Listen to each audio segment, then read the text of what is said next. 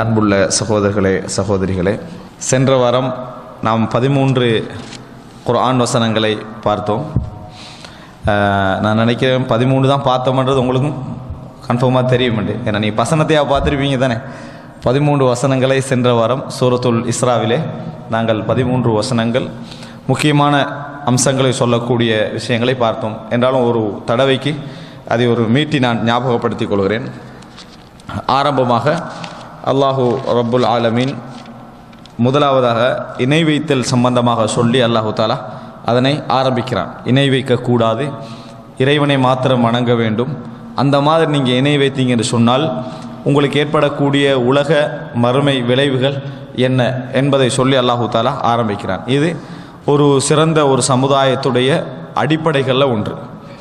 இரண்டாவது, அல்லாஹு ரப்புல் ஆலமீன் பெற்றோர்களோடு எப்படி நடந்து கொள்ள வேண்டும், பெற்றோர்களுக்கு உபகாரம் செய்வது எவ்வளவு முக்கியம் என்பதை சொல்வதற்கு முன்னால் இறைவனை மாத்திரம் வணங்க வேண்டும் என்று மறுபடி ஞாபகப்படுத்தி அந்த தொடரில் அல்லாஹ் என்ன செய்கிறான், பெற்றோர்களோடு நீங்கள் சிறந்த முறையில் நடந்து கொள்ளுங்கள், அவர்களுக்கு சீ என்று கூட சொல்ல வேண்டாம், அவர்கள் வயதை அடைந்தால் அவர்களை அரட்ட வேண்டாம், விரட்ட வேண்டாம், கருணையான வார்த்தைகள் பேசுங்கள் அப்படின்னு அல்லாஹு தாலா என்ன செய்கிறான், பெற்றோர்களோட விஷயத்தில் சொல்கிறான்.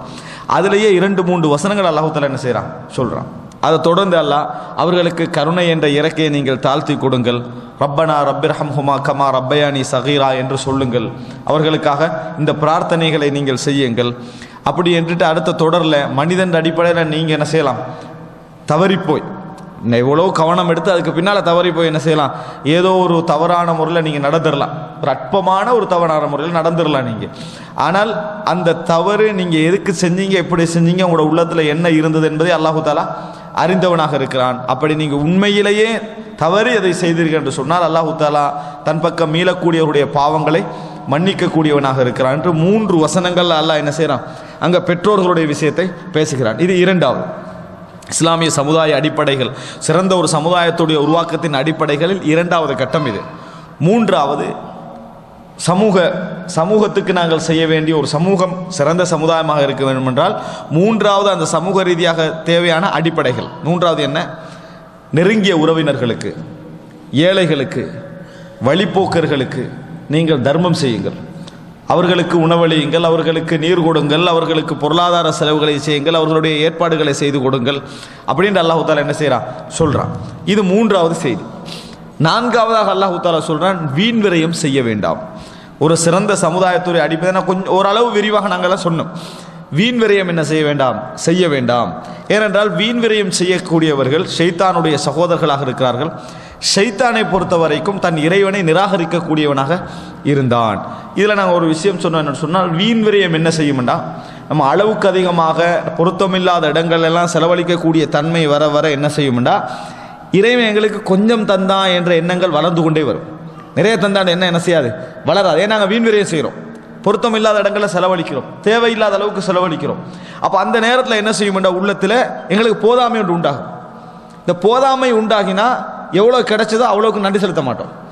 ஏன்னா எங்களோட பார்வையில் கொஞ்சம் தானே கிடைச்சிக்குது, அதனால கொஞ்சம் தான் என்ன செய்வோம், நன்றி செலுத்துவோம். எனவே வீண் விரயம் நன்றி கெட்ட தன்மை என்ன செய்யும், உருவாக்கும். அதை சொல்லிட்டு நாங்கள் கூடுதலாக செலவழிக்கக்கூடிய, அளவுக்கு அதிகமாக குடும்பங்களுக்கு செலவழிக்கக்கூடிய, எல்லையற்ற செலவழிக்கக்கூடிய குடும்பங்களில் இந்த நன்றியின்மை என்ன செய்யும், இருந்து கொண்டிருக்கும். ஆனால் அற்பமாக சாதாரணமாக ஓலை வீட்டில் வாழக்கூடியவங்க சாதாரண அரிசி விஷயத்தில் என்ன செஞ்சுருவாங்க, சந்தோஷப்பட்டுருவாங்க. என்ன காரணம், அங்கே வீண் விரயம் குறைவு, இங்கே வீண் விரயத்துக்கான பொருளாதார வாய்ப்புகள் அதிகம். எனவே நான்காவது விஷயம், வீண் விரயமற்ற ஒரு சமுதாயமாக இருந்தால்தான் அது ஒரு சிறந்த சமுதாயமாக என்ன செய்யும் வரும் என்பது அல்லாஹு தாலா ஒரு சமூக அடிப்படைக்கு சொல்லக்கூடிய நான்காவது விஷயம். அடுத்ததாக அதிலே அல்லாஹு தாலா தொடர்ச்சியாக சொல்கிறான். ஐந்தாவதாக, இது 4வது எடுக்கலாம், 5வது எடுக்கலாம், ஆனால் 5 வச்சுக்கணும் நல்லது. எப்பயும் நம்ம ஒருவருக்கு தர்மம் செய்யாமல் புறக்கணிப்பதாக இருந்தால், தர்மம் கொடுப்பதற்கு எதுவுமே இல்லை என்று சொன்னால் நம்ம செய்ய வேண்டிய வேலை என்னன்னு சொன்னால், அவர்களுக்கு கவுலன் மைசூரா, நல்ல வார்த்தை, இலகுவான வார்த்தை சொல்றது. நம்ம டென்ஷனாக கொள்ளக்கூடாது, இலகுவான வார்த்தை சொல்றது. எப்படி, இறைவனிடத்தில் இன்னொரு ரஹ்மத்தை எதிர்பார்த்த ஒரு வார்த்தை அவங்கள்ட்ட சொல்றது. அல்லாஹு தாலா எனக்கு தந்தானா உங்களுக்கு தான் முதல்ல என்ன செய்வேன், தருவேன், உங்களுக்கு ஒரு பங்கு என்ன செய்யுது அதில் இருக்குது, இன்றைக்கு என்ன நிலைமை என்னது இல்லை, இந்த மாதிரியான நல்ல வார்த்தைகளை சொல்லி திருப்பி அனுப்புங்கள்.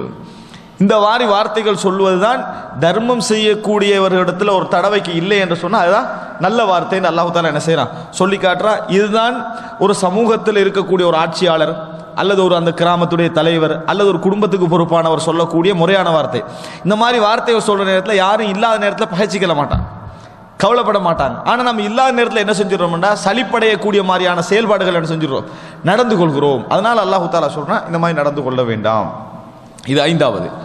6வது என்ன, செலவழிக்கிற நேரத்தில் எப்படி கையாளணும். இது அல்லாஹ் தஆலா 6வது சொல்லக்கூடிய விஷயம். செலவழிக்கின்ற நேரத்தில் நாங்கள் அதாவது வலா தஜஅல் யதக மக்லூலத்தன் அலா உனுக் இலா உனுகிக், உங்களோட கையை வந்து கட்டிக்கலாம் வேணாம்.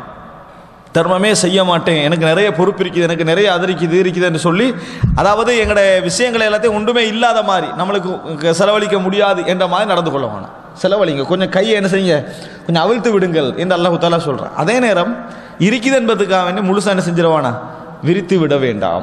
ஏன்னா அல்லாஹ்வை பொறுத்த வரைக்கும் அவனுக்கு தரக்கூடிய ஒரு டைம் இருக்குது, இந்த டைமில் தான் கொடுப்பேன். நீங்கள் தர்மம் செஞ்சதுக்காக அல்லாஹ் தஆலா என்ன செய்ய மாட்டான், தந்துக்கிட்டே இருக்க மாட்டான். நீங்கள் தர்மம் செய்கிறீங்க எல்லாத்தையும் இழக்கிறீங்கிறதுக்காக வேண்டி உங்களுக்கு அடுத்த நாளே எல்லாம் தந்துட்டு இருக்க மாட்டான். ஏன்னா எல்லாரும் தர்மத்துக்கு பிரயோசனம் இல்லாமல் போய் இன்றைக்கு கொடுத்தா நாளைக்கு கிடைக்குமெண்டா எல்லாரும் தர்மம் செய்வான். இன்றைக்கு கொடுத்தா நாளை கன்ஃபார்மாக கிடைக்க வேண்டாம், உலகத்தில் எல்லாரும் தர்மம் செய்வாங்க, அதான் நாளைக்கு கிடைக்க தானே போகுது அப்படின்னு தர்மம் செஞ்சிடும். அல்லாஹ் தஆலா தர்மத்துக்கு அப்படி வைக்கல. அதனால் அல்லாஹ் சொல்கிறான்னா நீங்கள் கையை கட்டிக்கொள்ளவும் வேணாம், ஒரேடியாக விரிச்சிடவும் வேணாம். விரிச்சிங்கன்னு சொன்னால் வழியற்று உட்கார்ந்துருவீங்க, வழியற்று உட்கார்ந்து விடுவீர்கள் என்று அல்லாஹ் தஆலா சொல்லி காட்டுறான். இதுதான் செலவழிக்கிற விஷயத்தில் நீங்கள் நடந்து கொள்ள வேண்டிய முறை. இது 6வது. 7வது அல்லாஹ் தஆலா சொல்லி காட்டுகிறான், உங்கள் குழந்தைகளை வறுமைக்கு பயந்து கொள்ள வேண்டாம். உங்கள் குழந்தைகளை வறுமைக்கு பயந்து கொலை செய்ய வேண்டாம். அவர்களுக்கு உணவளிப்பதும் உங்களுக்கு உணவளிப்பதும் நாம் தான். முதலாவது உங்களுக்கு உணவளிப்பதும் அவர்களுக்கு உணவளிக்கும் அல்லாஹ் தஆலா சொல்லலை, அவர்களுக்கு உணவளிப்பதும் உங்களுக்கு உணவளிப்பதும் நாம் தான் அல்லாஹ் தஆலா என்ன செய்கிறான், சொல்லி காட்டுகிறான். அப்போ ரிஸ்க்குக்கு பொறுப்படுத்திக்கிறவன் நான். அதனால ஒரு சமூக அடிப்படையில் மிக முக்கியமான ஒரு பகுதி என்னன்னு சொன்னால் இந்த மாதிரி நம்ம நடந்து கொள்வது. அதாவது சமூகத்தில் இந்த மாதிரியான சரியான நம்பிக்கை இல்லை என்று சொன்னால், அடிப்படையாக இறைவன் தான் எங்களுக்கு எல்லாவற்றையும் தருகிறான் என்கின்ற நம்பிக்கை எமக்கு சமூகத்தில் சரியாக இல்லை என்று வைங்க, நம்ம இதில் பிழை விடுவோம். இந்த விஷயத்தில் நாங்கள் பிழை விடுவோம். எங்களோட சிந்தனையில் என்ன இருக்குது, இறை நம்பிக்கை இல்லை, அல்லாஹ் தான் ரிஸ்க் தரான்றது இல்லை. அப்படி என்று சொன்னால் நாங்கள் பயப்பட ஆரம்பிப்போம், பொருளாதாரத்துக்கு அச்சப்பட ஆரம்பிப்போம். அந்த சமுதாயத்தில் என்ன நடக்கும் தெரியுமா, குழந்தைகளை கொள்கிற தன்மை என்ன செய்யும் இருக்கும், செலவுகளை தான் பொறுப்படுத்துகிற தன்மை இருக்காது. குழந்தைகளையே கொல்ல தயாராகிற சமுதாயத்தில் அடுத்தது என்ன இருக்கும் தெரியுமா, 8வதாக அல்லாஹ் தஆலா சொல்கிறான், விபச்சாரத்தை நெருங்க வேண்டாம். பொறுப்புகளை யார் எடுத்துக்கொள்ள விருப்பம் இல்லையா, அவன் அணுகக்கூடிய வழிகளில் ஒன்று தான் விபச்சாரம். அதனால் 8வதாக அல்லாஹ் தஆலா விபச்சாரத்தை நெருங்க வேண்டாம், விபச்சாரத்தை நெருங்க வேண்டாம், அது மோசமான வழிகள் என்று அல்லாஹ் தஆலா என்ன செய்கிறான், சொல்லி காட்டுறான். 8வது. 9வது அல்லாஹ் தஆலா சொல்றான், வலா தக்துலு நஃப்ஸல்லதி ஹர்ரமல். அல்லாஹ் தஆலா எப்படி ஒரு உயிர் கொலை செய்யப்பட வேண்டும் என்று சில ரைட்ஸ் வச்சுக்கிறான், மரண தண்டனை கொடுப்பதற்கு. இந்த வழி அல்லாத முறையில் யாரையும் நீங்கள் கொலை செய்ய வேண்டாம். அப்படி கொலை நடந்தால் யாரு கொலை செய்யப்பட்டாரோ அவர்களுடைய குடும்பத்துக்கு நாம் அதிகாரம் வழங்கி இருக்கிறோம், அவர் குடும்பத்துக்கு நாம் அதிகாரம் வழங்கி இருக்கிறோம், அவருக்கு உதவி செய்யப்பட்டவராகவும் இருக்கிறார். இது 9வது. அதாவது கொலை உரிமையற்ற முறையில் கொலை செய்தலை இஸ்லாம் என்ன செய்கிறது, தடை செய்வதை நாங்கள் பார்க்கிறோம். இது ஒரு சமூக அடிப்படைகளில் 9வது அம்சம். 10வது என்ன, அனாதைகளுடைய சொத்துக்களை முறையற்று நீங்கள் நெருங்க வேண்டாம். அனாதைகளுடைய சொத்துக்களை, அனாதை என்ற அந்த பொறுப்பு உங்களுக்கு ஒப்படைக்கப்பட்டதுன்னு சொன்னால் அது மிச்சம் நேர்மையாக நடந்துக்குங்க. அந்த குழந்தையுடைய உணர்வை மதிச்சு என்ன செய்யுங்க, நடந்துக்கங்க. அந்த பொருளாதாரத்தில் நீங்கள் வறுமையில் இருந்தால் உங்களோட அளவுக்கு உணவுக்கு எடுத்துக்கண்டுட்டு மற்றபடி எதுவும் என்ன செய்ய வேண்டாம், நீங்கள் கையடிக்க கூடாது என்று அல்லாஹ் தஆலா இந்த இடத்துல என்ன 10 விஷயங்கள் நாங்கள் மொத்தமாக என்ன பார்த்தோம், 10 விஷயங்களை சமூக அடிப்படைகளில் 13 வசனங்கள் என்ன செஞ்சோம் பார்த்தோம். 13 வசனங்களில் 10 விஷயங்களை நாங்கள் பார்த்தோம். இப்போ தொடரில் அடுத்ததாக அல்லாஹு ரப்புல் ஆலமீன் சொல்லி காட்டுகிறான். என்னன்னு சொன்னால் சமூக அடிப்படைகளை தான் ஆர்டர் பண்ணி சொல்லிட்டு வரான். அடுத்தது மிக முக்கியமான ஒரு அம்சம்,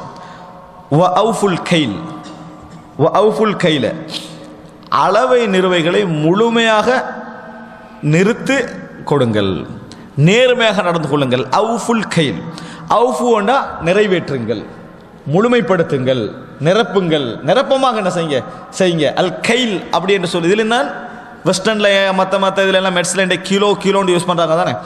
மெட்ஸில் உபயோகிக்கக்கூடிய எந்த சொற்களாக இருந்தாலும் பெரும்பாலும் அது அரபிக் பேஸ்ட் இல்லைங்கிட்டா, அரபு உலகத்துலேருந்து என்ன செஞ்சுருப்பாங்க, அது எடுத்திருப்பார்கள். மேத்தமெட்டிக்ஸில் யூஸ் பண்ணக்கூடிய நிறைய சொற்கள். அதுக்கு காரணம் அது ஒரு வரலாற்று ரீதியாக பேசப்பட வேண்டிய விஷயம். கைல் என்ற சொல் வந்து அரபில் தான் என்ன செஞ்சது, முதல்ல உபயோகிக்கப்பட்டது. அது கைலன்னு யோசிக்காம கீழ் விளங்கிட்டா கிலோ இப்படி என்ன செய்யுது போகுது, அதுதான் சொல்லு.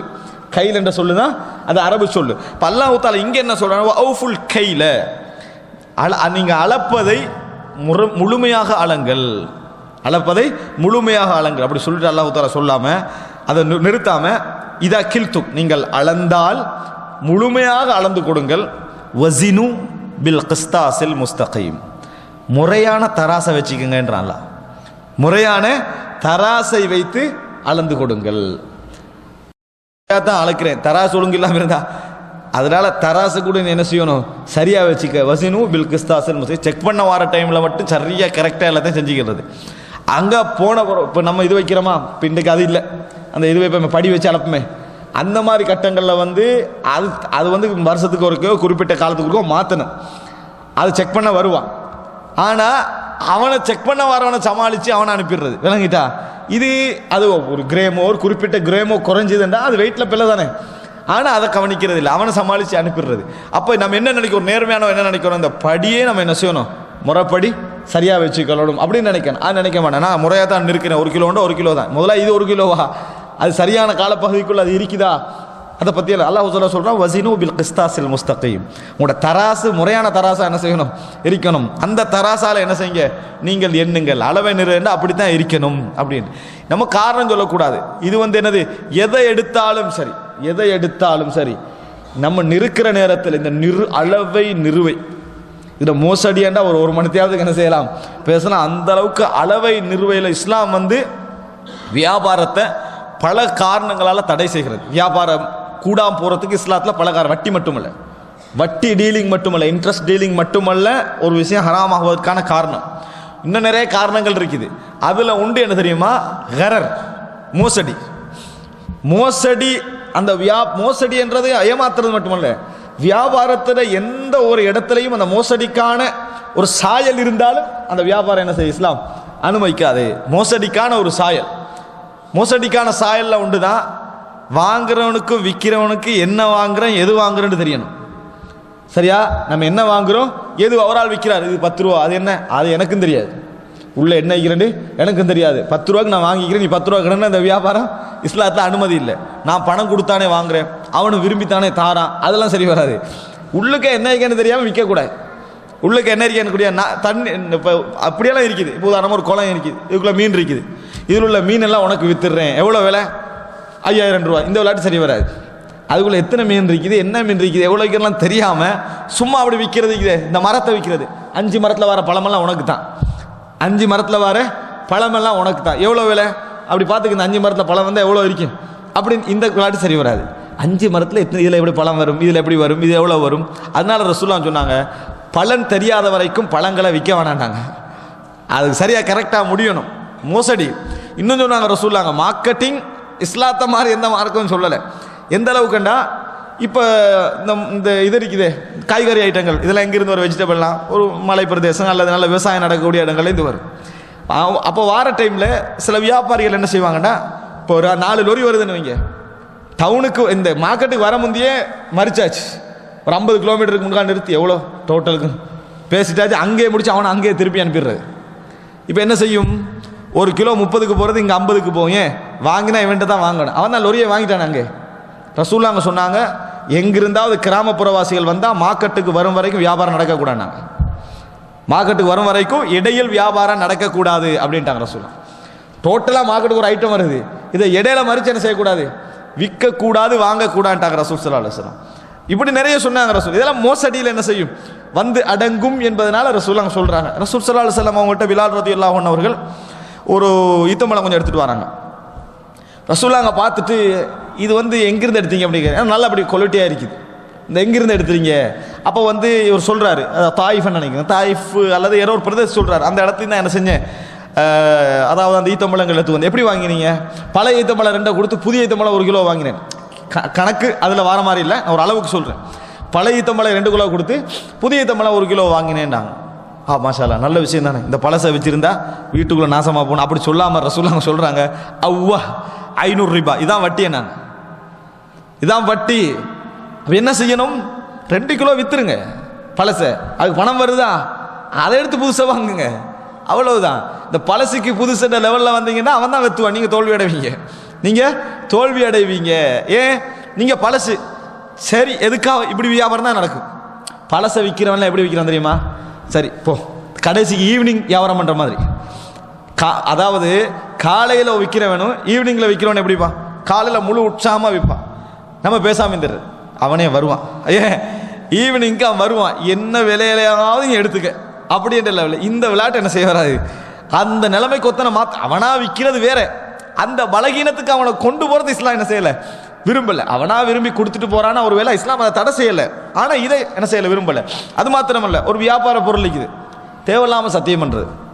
வல்லாஹி இது 150 ரியாலுக்கு தான் எடுத்தேன். உன்ட்ட யார் சத்தியம் பண்ண சொன்னதுக்கு? யாரு சத்தியத்தை பண்றாங்களோ உண்மையாக பண்ணினாலும் அதுக்கு பரக்கத்து இல்லாமல் போயிருமாங்க சொல்லலாம். ஒரு பொருளுக்கு ஒரு ஆள் சத்தியம் பண்றாரு, உண்மையாக அவர் 150 ரியாலுக்கு தான் வாங்கிக்கிறாரு, உண்மையாக தான் அவர் சத்தியம் பண்றாரு. ரசூலுல்லாஹ் சொன்னா முஹைக்கத் பரக்கத்தோட பரக்கத் போயிருமாங்க. நீ உண்மையாக சத்தியத்தை ஏன் யூஸ் பண்ற உன்னை யாவரத்துக்கு, உன்னோட பிஸ்னஸுக்கு? எப்படி தெரியுமா இப்போ தெரியுமா, 4 பேர் விற்கக்குள்ள இவனுக்கு விளங்கிடும் இவன் தான் வாங்குவாண்டு, முந்த 3 பேரோட தான் டீல் பண்ணி கண்டிப்பா, இவனை கணக்கு எடுக்க மாட்டான். ஏன்? இவன் தான் வாங்க போறான், அதனால் அவனை கணக்கு எடுக்கிறது இல்லை. அவர் வானான்றார், இவன் நீ எடுத்தாலும் உண்டு எடுக்காத ஃபீலிங் அவனுக்கு உண்டாக்கிட்டு இங்கே எல்லாம் முடிச்சிடுறது. அவர் எல்லாம் முடிச்சுட்டு அவரை தனியாக கூப்பிடுறது. வல்லாஹி அவங்களுக்கு கூட நான் சொல்லலை, 150 தான் கட்டேசி வேலை, நான் அவ்வளோக்கு தான் நான் வாங்கினேன், சும்மா ஏன் இந்த பொய். சரியா? அந்த 3 பேருக்கு சொல்லாத ஒரு ரகசியத்தை இவருக்கு சொல்கிறாங்களா, அந்த 3 பேருக்கு சொல்லாத ஒரு ரகசியத்தை ரசூலுல்லாஹ் சொன்னா முஹைக்கத் பரக்கத்து டைமை சொல்கிறாங்க ரசூலுல்லாஹ். பஅதல் அஸ்ர், அசருக்கு பிறகு யார் இப்படி சத்தியம் பண்ணி விற்கிறாரோன்றாங்க. ஏன்? அதை அந்த சத்தியம் பண்ணுவான், முடிச்சிடும், நம்ம மார்க்கெட் மூடிட்டு போகிற டைமு. அதனால அசருக்கு பிறகு யார் இந்த மாதிரி சத்தியம் பண்ணி விற்கிறாரோ ஹதீஸ்ல டைமை சொல்லி என்ன செய்யுது வருது. மோசடி கரர். இப்போ அல்லாஹு தஆலா இந்த மோசடி என்கின்ற வடிவத்தை நம்ம யோசிச்செல்லாம் தடை செய்யலை, ரசூலுல்லாஹ் நேரடியாக தடை செஞ்சாங்க. ரசூல் ஸல்லல்லாஹு அலைஹி வஸல்லம் அவர்கள் நேரடியாக சொல்லி தடை செய்தார்கள். நபி அவர்கள் இதெல்லாம் எது கூடாது எது கூடும் என்பதை நேரடியாக சொன்னாங்க. இது மட்டுமல்ல, ஒரு வியாபாரம் நடக்குது, வாங்கின இடத்துல விற்பதற்கு நபி அவர்கள் தடை செய்தார்கள். இன்னைக்கு வாங்குறீங்க, ஒரு கடைக்காரன் முன்னுக்கால ஒரு பொருளை வாங்குறீங்க 100 ரியால், பக்கத்தில் ஒரு ஆள் இருக்கிறாரு, 110க்கு தரீங்களான்னு கேட்குறாரு. 110. இந்த விளையாட்டு சரி வராது. ரசூலுல்லாஹ் சொன்னாங்க இது விற்கக்கூடாது. எப்படி விற்கக்கூடாது? வாங்கின இடத்துல வியாபாரம் நடக்கக்கூடாது. 2 வகையில் பிள்ளை. ஒன்று, இவனுக்கே நான் வித்திக்கலாம்னு அவன் நினைப்பான். யாரு? விற்கிறவன். இவனுக்கு நம்ம வித்திக்கலாமே நினைப்பா. இது என்ன செய்யும் தெரியுமா, வியாபாரத்தில் வித்தியாசமான விளைவுகள் என்ன செய்யும், ஏற்படுத்தும். அடுத்தது வட்டியுடைய ரூபம் அங்கே உருவாக ஆரம்பிக்கும். வட்டியுடைய ரூபம் அங்கே, வட்டிக்கும் பொருளாதாரத்துக்குள்ள டிஃபரெண்ட் மிச்ச தூரம் அல்ல. உதாரணமாக நான் இது ஏன் இன்னைக்கு சொல்றேன், இந்த பொருளாதார விஷயம் எப்படின்னா நம்ம யோசிக்கணும். வட்டிக்கும் இதுக்கு, அதாவது இந்த வியாபாரத்துக்குள்ள அது மிச்ச தூரம் இல்லை. என்னன்னா, நீங்க 50 ரூபாய்க்கு ஒரு பொருள் வாங்குறீங்க, 60 ரூபாய்க்கு விற்கிறீங்க. 50 ரூபாய்க்கு ஒரு பொருளை வாங்கி 60 ரூபா எடுக்கிறீங்க. என்ன 50 ரூபாவை பொருளாக மாற்றி மறுபடியும் 60 ரூபா திருப்பி எடுத்தீங்க. வட்டி என்ன தெரியுமா, 50 கொடுத்துட்டு 60 எடுக்கிறீங்க, இடையில பொருள் இல்லை, அவ்வளோதான். 50 கொடுத்துட்டு 60 எடுக்கிறீங்க, இடையில பொருள் இல்லைங்க. நீங்கள் விற்கக்கூடிய ஒரு சப்ஜெக்ட் ஒன்று அங்கே இல்லை. இப்போ என்னடா 50 to 60, அதுவும் 50 to 60. அதனால அவங்க சொன்னாங்க இன்னமல் பைஉ மிஸ்லு ரிபா, வட்டியும் வியாபாரம் ஒன்று தானேண்டாங்க. குர்ஆன்ல வருது, வட்டியும் வியாபாரமும் ஒன்றுதானே காவிர்கள் சொன்னார்கள். அல்லாஹ் தஆலா சொன்னா விளக்கம் சொல்லல, இல்ல வட்டி வேற வியாபாரம் வேறன்னு சொல்லல. அஹல்லல்லாஹுல் பைஅ வ ஹர்ரமர் ரிபா, ரெண்டு ஒன்று. இது ஹலால் அது ஹராம்ன்டா அல்லாஹ். இது ரெண்டு ஒன்றுன்னு வெச்சுக்க, ஒன்றல்ல இரண்டு ஒன்றுன்னு வெச்சுக்க. அது ஹராம், இது ஹலால், அவ்வளவுதான். கழுதைக்கு 4 கால், ஆட்டுக்கு 4 கால், அது ஹராம், இது ஹலால். அல்லாஹ் சொல்றான், அவ்வளவுதான். இதுல கழுதை எப்படிப்பட்டது தெரியுமா, அதெல்லாம் தேவையில்லை. அல்லாஹ் தஆலா கழுதையை ஹராம் ஆக்கிட்டான், ஆட்டு ஹலால் ஆக்கிட்டான். 2 4 கால், ஒரே வால், ஒரு மாதிரி தானே, அது இல்லை. சரியா? 2 மிருகம் 2 கால் நட 2 வீட்லையும் யூஸ் பண்றாங்க தான். ஆனா அல்லாஹ் அதை ஹராமாக்கி இதை ஹலால் ஆக்கிட்டான். நான் விளக்கம் சொல்லி ஹலாமா கொண்ட எந்த கடமை எனக்கு இல்லைன்ட்டு அல்லாஹ். இவங்க சொன்னாங்க இன்னமல் பைஉ மிஸ்லு ரிபா. அல்லாஹ் தஆலா சொன்னா அஹல்லல்லாஹுல் பைஅ வ ஹர்ரமர் ரிபா. எவ்வளவு அழகான வசனம். வட்டி வியாபாரம் ஒன்று தாண்டாங்க. அல்லாஹ் தஆலா சொன்னா வியாபாரம் ஹலால், வட்டி ஹராம்ன்ட்டான். சுப்ஹானல்லாஹ். அப்ப என்ன புரிஞ்சுக்கொள்ளணும், வியாபாரத்துக்கும் வட்டிக்கும் நிறைய டிஃபரெண்ட் இருக்கு. இது ஏமாத்து, இது மோசடி எல்லாம் இருக்குது. இது சமூகத்துக்கு ஒரு பலனை கொண்டு வரும். இது அப்படி அல்ல, தனது சொந்த லாபத்தை தவிர பலனோடு கலந்த லாபம் அல்ல. வட்டிக்கு தானே இன்னொருத்தனுக்கு பலனோடு கலந்த லாபம் அல்ல. அது எப்படியாக இன்னொருத்தனை அடிமைப்படுத்துவதற்கான ஒரு சிஸ்டம். இன்னும் சொல்ல போனா எத்தனைலாம் சிஸ்டம் வருது தெரியுமா. இன்றைக்கு இப்போ கொடுக்குறாங்க என்னன்னு சொன்னா, ஒத்திக்கு கொடுக்குறேன்னு சொல்லுவாங்க. வட்டி வீடுகள் என்ன செய்கிறாங்கடா ஒத்திக்கு கொடுக்குற. எப்படியெல்லாம் ஏமாத்துறாங்கடா, இதெல்லாம் அன்றைக்கு ரசூலுல்லாஹ் காலத்தில் இருக்கல, ஏமாற்று வடிவங்கள் இதெல்லாம். எப்படின்னா ஒருத்தர் வீடு எடுக்க போகிறார், வீடு எடுத்தால் என்ன செய்யும், ஒரு அட்வான்ஸை கொடுத்து போட்டு மாதம் ரெண்டை கட்டிட்டு இருப்போம். அந்த அட்வான்ஸ் என்னத்துக்கு வீட்டில் ஏதாவது பாதிக்கும் அப்படி இப்படி எடுத்துக்கான எடுப்பான். ஆனால் அதுக்கு எடுக்கிறது இல்லை, அப்படி சொல்லிக்கிறது. அதை எடுத்துட்டு அது அவன்கிட்ட கையில் இருக்காது. இல்லை நான் வீட்டில் நீங்கள் பாதிச்சுட்டு போனால் எலக்ட்ரிக் பில் வச்சுட்டு போனால் அதுக்கு தானே எடுக்கிறாய், சரி நான் உனக்கு 2 பவுன் தங்கம் தான், அதை அப்படியே வச்சுக்க, ஏதாவது பாதிச்சா அதில் விற்று செலவழி. இல்லைண்டா 2 வருஷத்தில் அதே 2 பவுனை தாண்டா தருவானே வேணாது, தரமாட்டாங்க. அப்போ 40,000, இப்போ 80,000 இருக்கும். அப்போ அது 40,000, இப்போ அது 80,000 இருக்கும். ஆனால் என்ன புரிஞ்சுக்கொள்ளணும் தெரியுமா, இப்போ அதில் நடக்குது எல்லாத்தையும் பார்க்குறது. எனக்கு ஒரு 20 லட்சம் தான், வீடு பெரிய வீடாக இருக்கு, 20 லட்சம் தான். அந்த வீட்டுக்கு மாதம் 1000, அதாவது பெருமதியாக இருக்குது அந்த வீடு 5000 பெருமதியாக இருக்கு ரூபாயில். எனக்கு ஒரு 500 மாதம் தான், 4500 லெஸ் பண்ணிட்டா, 500 மாதம் தான். ஏன் 20 லட்சம் அட்வான்ஸ் யாரும் கொடுக்க மாட்டான்.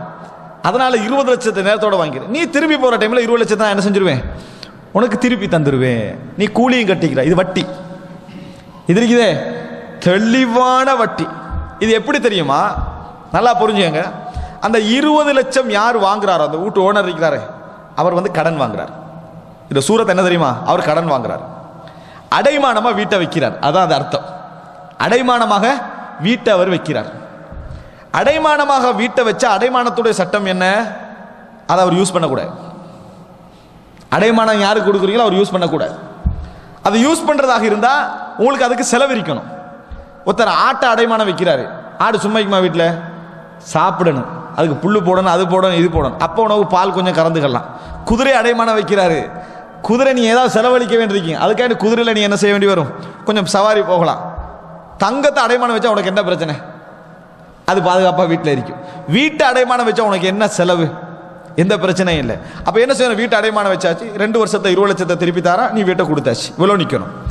இல்லை நீ வீட்டை ஒரு 500 கொடுத்துட்டு 4500 லெஸ் பண்ணுறியண்டா, நீ கொடுத்த வட்டி என்ன தெரியுமா, இந்த 4500 2 வருஷத்துக்கு பெருக்கி 20 லட்சத்தோட சேர்த்து கொடுக்குறேன்.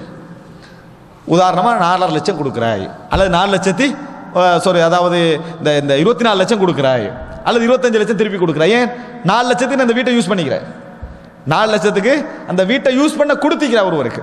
புரிஞ்சுதா, நம்ம யாருக்கு கொடுத்தோமோ அவர் என்ன செய்கிறார், யார்கிட்டையும் அந்த கடனை வாங்கினோமோ அவர் என்ன செய்கிறார், அந்த வீட்டை எடுத்து யூஸ் பண்ணுறாரு. அந்த வீட்டுக்கு ரெண்ட் கட்டினோம்னு சொன்னால் கிட்டத்தட்ட ஒரு 5 லட்சம் வரும். ரெண்ட் கட்டினோம்னா 5 லட்சம் வரும். ஆனால் அவர் ரெண்ட் கட்டலை, திருப்பி நீங்கள் 2 வருஷத்தில் அந்த 20 லட்சத்தை அவருக்கே கொடுத்துட்றீங்க. அப்போ ரெண்ட் கட்டாத 5 லட்சமும் இந்த 20 லட்சம் ப்ளஸ் எத்தனை, 25 லட்சம் அவர் உங்கள்கிட்ட திருப்பி வாங்குறார். 20 லட்சம் தான் நீங்கள் எடுத்தீங்க, ஆனால் 25 லட்சம் அவர் திருப்பி வாங்கியதற்கு சமம். அந்த வீட்டிலேருந்து போகிறவர், அந்த வீட்டிலேருந்து போகிறவர் 25 வாக்கியது சமன், ஒத்தி. அப்போ எல்லா விஷயத்தையும் புரிஞ்சுக்கங்க. இஸ்லாம் இந்த மோசடியை என்ன செய்கிறது, தடை செய்கிற. எல்லா பகுதியால் வந்தாலும் மோசடி. ரசூலுல்லாஹ் ஒரு மார்க்கெட்டால் போய்கிட்டு இருக்கிறாங்க, ரசூல் ஸல்லல்லாஹு அலைஹி வஸல்லம் பார்த்தாங்க, அப்படி ஒரு தானியம் அப்படி கையை விட்டாங்க, விட்டா உள்ளுக்கு ஈரமாக இருக்குது. என்னன்னு கேட்டாங்க, இது உள்ளுக்கு ஈரமாக இருக்குது. இல்லை மழை பெஞ்சுதுன்னாங்க.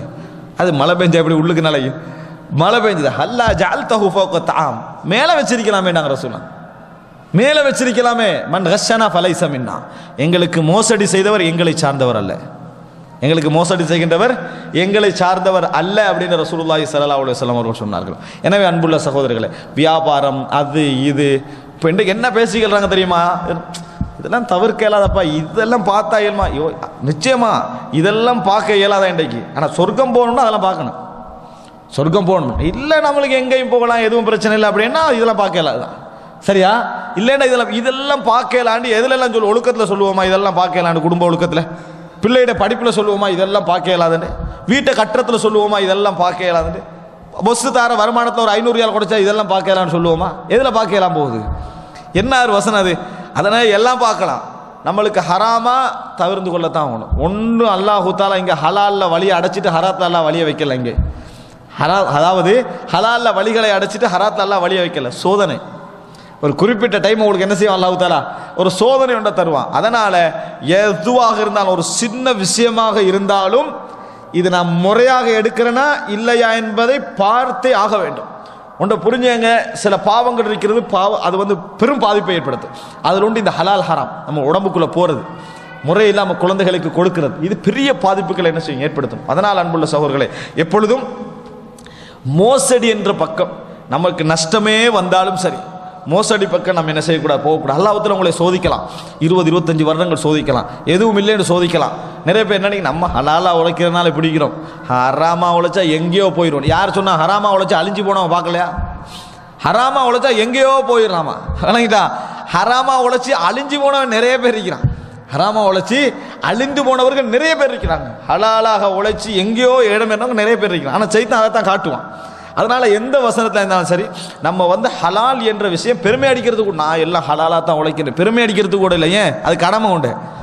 கடமை விஷயத்தில் என்ன செய்யக்கூடாது, நாங்கள் மிகவும் கவனமாக இருந்து கொள்ள வேண்டும். அல்லாஹ் தஆலா அழுத்தி சொல்றான் குர்ஆன், அல்லாஹ் வைலுல்லில் முத்தஃபிஃபீன், அளவை நிறுவைகளில் இந்த ஏற்ற இறக்கம் செய்கிறவர்களுக்கு கேடுதான். அல்லதீன இதக்தாலு அலன்னாசி யஸ்தௌஃபூன், அவர்கள் மக்கள்கிட்ட நிறுத்து வாங்கினாங்கடா அப்படி முழுசா அது குறையுதே இது கூடுதே அப்படின்னு பார்த்து என்ன செய்வாங்க, வாங்குவாங்க. இதா காலுஹும் அவ் வஸனுஹும் யக்ஸிரூன், இதா காலுஹும் அவ் வஸனுஹும் யுக்ஸிரூன், அதாவது அவர்கள் காலுஹும் மற்றவர்களுக்கு நிறுத்து கொடுத்தால், அவ் வஸனுஹும் அளவை நிறுவையோ அல்லது மற்றபடியோ ஏதோ நிறுத்து கொடுத்தால் அங்கே கொஞ்சம் அப்படி தான் வரப்போகுது அப்படின்னு என்ன செய்யுது, கொடுக்குறது. இது மற்ற விஷயங்களை இந்த இறைச்சி அதெல்லாம் வாங்குறாங்களா, அது ஒவ்வொரு டெக்னிக்கெல்லாம் யூஸ் பண்ணுறாங்க. இந்த தண்ணியில் ஊற போடுறேன்னு கேள்விப்பட்டேன். என்ன இறைச்சி விற்கக்குள்ள அப்படியே மாட்டக்கூடாது, தண்ணியை நல்லா ஊற போட்டுற இறைச்சிலாம். ஏன்? வெயிட்டு கூடிடும், தண்ணி வெயிட் இருக்குதே அது கூடி விற்கிறது. அப்படித்தான் எல்லாரும் விற்கிறாங்க. என்ன நியாயம்? எல்லாரும் அப்படி தான் விற்கிறாங்க. நான் மட்டும் விற்றா கடத்தில் இறைச்சிக்கார என்ன செய்யலாம் போகும், நடத்தையெல்லாம் போகும். வாங்குற நேரத்தில் அந்த அதுலேயே மற்ற ஐட்டமெல்லாம் இல்லாமல் வாங்க பார்க்குறது, கொடுக்குற நேரத்தில் இப்படி. இது எந்த அளவுக்கு போயிட்டுன்னா, உதுகியாவுக்கு அறுத்த இறைச்சி வாங்கலாமான்னு கேட்குறான். உதுகியா அக்கிக்கா கொடுக்குறானே அவன் என்ன யோசிக்கிறான்டா, இறைச்சா வாங்கிட்டா நல்லதே, இந்த ஆட்டா வாங்குறதை விட இறைச்சி வாங்கி கொடுக்கலாமா, ஏன் இப்படி ஆக்கி சட்டியோட கொடுக்காம, என்ன கேள்வி இதில் எப்படி போகுது? அது பிழை, தவறு. நம்ம எடுத்து அறுக்கிறதுல தான் நம்மளை எதிர்க்குது. அது அல்லாஹ்வுக்காண்டி அறுக்கிறோம் என்பதில் தான். இப்போ அல்லாஹ் தஆலா சொல்றான், வைதா காலுஹும் அவ் வஸனுஹும் யுக்ஸிரூன், இவர்கள் நிறுத்து கொடுத்தால் அல்லது அளந்து கொடுத்தால் சொன்னால் அதில் நஷ்டத்தை ஏற்படுத்துறாங்க அப்படின்னு அல்லாஹ் தஆலா சொல்லி காட்டுகிறான். எனவே அன்புள்ள ஒரு சிறந்த ஒரு சமுதாயத்துடைய ஒரு நல்ல ஒரு இஸ்லாமிய ஆட்சி, நல்ல சூழல் நடக்குதா, அங்கே கொடுக்கல் வாங்கல் விஷயத்தில் அந்த கவர்மெண்ட் என்ன செய்யணும், சும்மா அப்படி கரெக்டாக இருக்கணும். 2 பிழை விட்டதுக்காண்டி சமாளிச்சு செய்யக்கூடாது, போகக்கூடாது. அப்போ தான் அந்த சமுதாயம் சீரான ஒரு சமுதாயமாக இருக்கும். அல்லாஹ் தஆலா சொல்லுகிறான், வஅஃபுல் கைல இதா கில்தும் வஸினு பில் கிஸ்தாஸில் முஸ்தகீம். முஸ்தகீமான நேரான இஸ்திகாமத்தான, கிஸ்தாஸ் என்ற தராசு, அதை கொண்டு என்ன செய்யுங்க, நீங்கள் நிறுங்கள். தாலிக கைர், அதான் நல்லது. வஅஹ்ஸனு தஅவீலா, நீங்கள் எடுக்கக்கூடிய விளக்கத்திலும் அதான் சிறந்த விளக்கம்னு அல்லாஹ் தஆலா என்ன செய்யறான், சொல்லி காட்டுகிறான். எனவே அன்புள்ள சகோதரர்களே, நம்ம யோசிச்சோம் என்று சொன்னால் இதுதான் சிறந்த விளக்கம், உங்களுக்கு நல்ல மரியாதை ஏற்படுத்தக்கூடியதும் அதுதான் அப்படி என்பதை புரிந்து கொள்ள வேண்டும். அடுத்ததாக இவளெல்லாம் சொல்லிட்டு அல்லாஹ் தஆலா சொல்லி காட்டுகிறான், வலா தக்ஃபு மா லைஸ லக பிஹி இல்ம். இன்றைய காலத்துக்கு மிக முக்கியமான தேவை. வலா தக்ஃபு மா லைஸ லக பிஹி இல்ம். தக்ஃபு அப்படி என்று சொல்றது ஃபாலோ பண்ணி போகிறது, அதுக்கு பின்னால் தெரியுது, கஃபா பின்னால் போகிறது. அப்போ வலா தக்ஃபு மா லைஸ லக பிஹி இல்ம், உங்களுக்கு எதில் அறிவில்லையோ அதை பின்பற்றி போக வேண்டாம், அதுக்கு பின்னால் போக வேண்டாம். பின்னால் ஃபாலோ பண்ணுறதல்ல, அந்த செய்தியை உள்வாங்கிறது, அப்படி போக வேண்டாம். ஏன் தெரியுமா? இன்ன ஸம்அ வல் பஸர வல் ஃபுஆத, செவி, பார்வை, இதயம், குல்லு உலாயிக கான அன்ஹு மஸ்ஊலா, இவைகள் அனைத்து நாளை மறுமையில் விசாரிக்கப்படும். குல்லு உலாயிக கான அன்ஹு மஸ்ஊலா.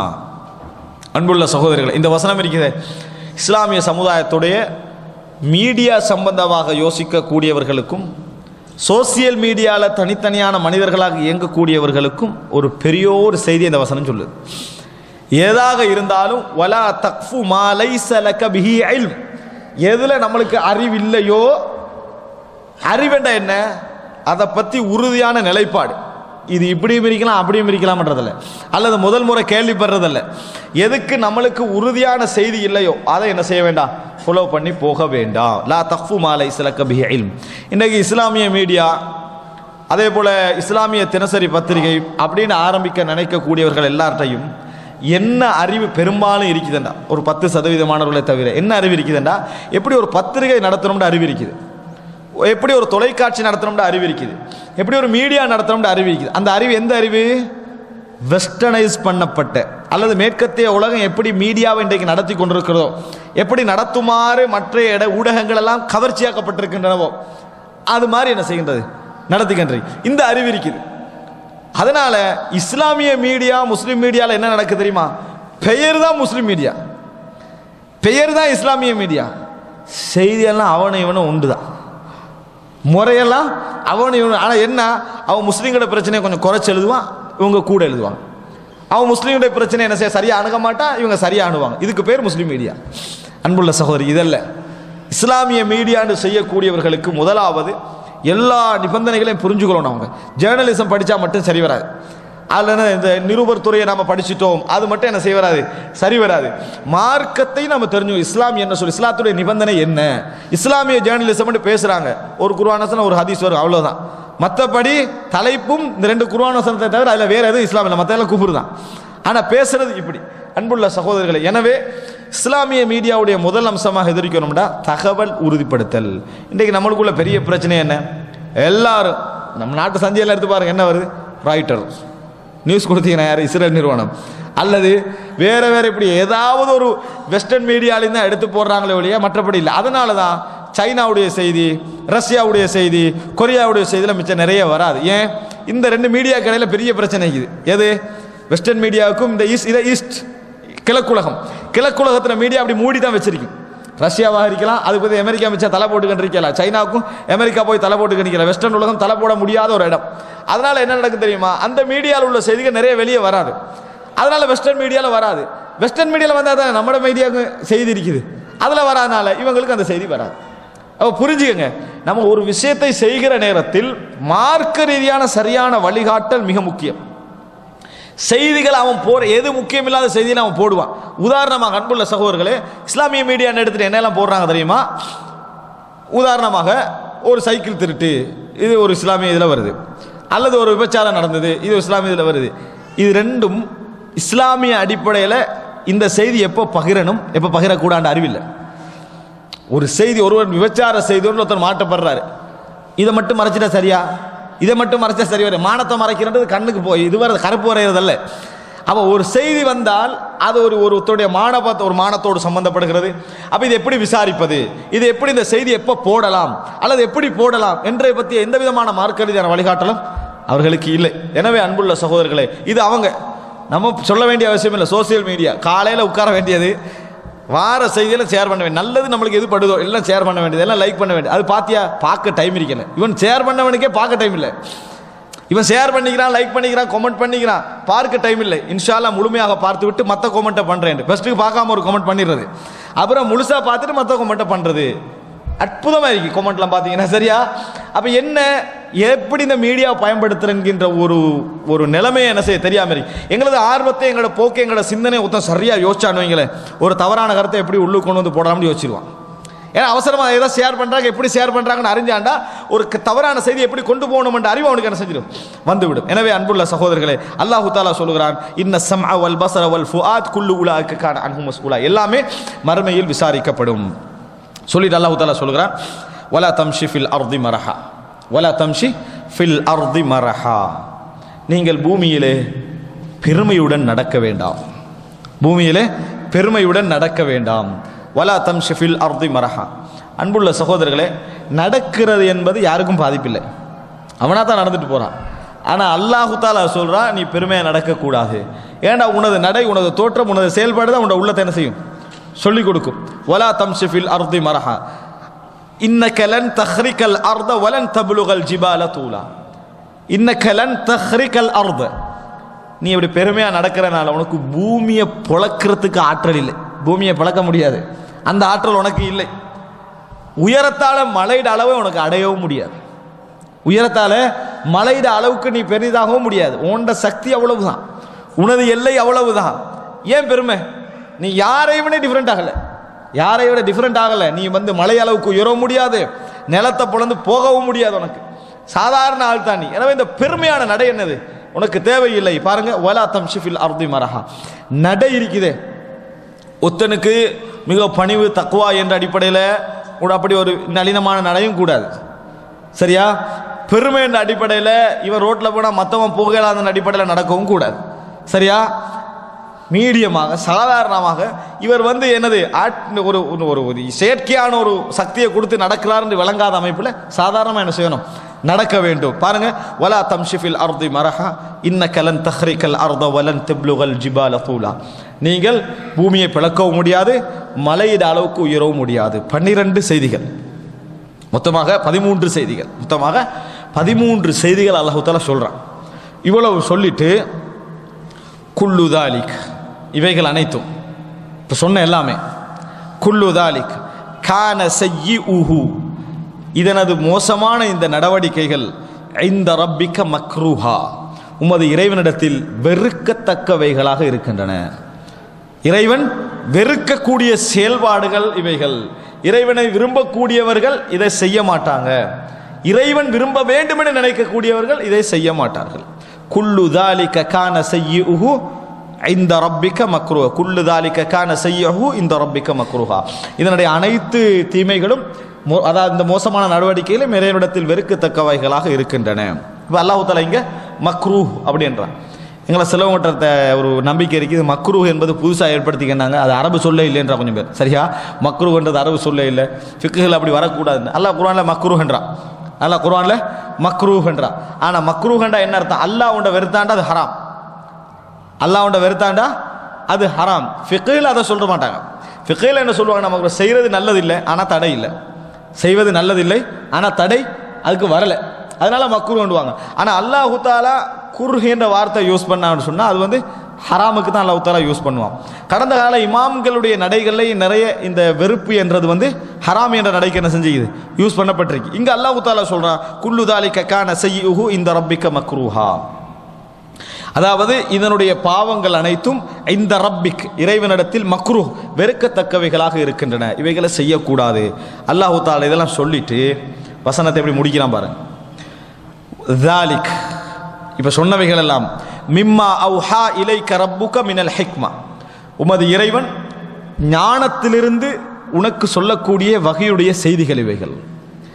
ஞானத்திலிருந்து ஹிக்மத்திலிருந்து அல்லாஹ் தஆலா சொல்லக்கூடிய செய்திகள் இவைகள் சொல்லிட்டான். சொல்லிட்டு வலா வசனத்தை முடிக்கிறான், வலா தஜஅல் மஅல்லாஹி இலாஹன் ஆகர், அல்லாஹ்வோடு இன்னொரு தெய்வத்தை என்ன செய்ய வேண்டாம், ஆக்க வேண்டாம். ஃபதுல்கா ஃபீ ஜஹன்னம மலூமம் மத்ஹூரா, நீங்கள் நரகத்திலே இழிவடைந்தவராக எரியப்படுவீர்கள், நரகத்திலே இழிவடைந்தவராக நரகத்திலே நீங்கள் எரியப்படுவீர்கள். எனவே இறைவனுக்கு நீங்கள் இணை வைக்க வேண்டாம் என்று அல்லாஹ் தஆலா சொல்றான். வசனத்தை ஆரம்பித்ததும் இணை வைப்ப சொல்லித்தான், இணை வைக்க வேண்டாம். வசனத்தை முடித்ததும் இணை வைக்க வேண்டாம் என்று சொல்லித்தான் அல்லாஹ் தஆலா என்ன செய்றான், முடிக்கிறான்.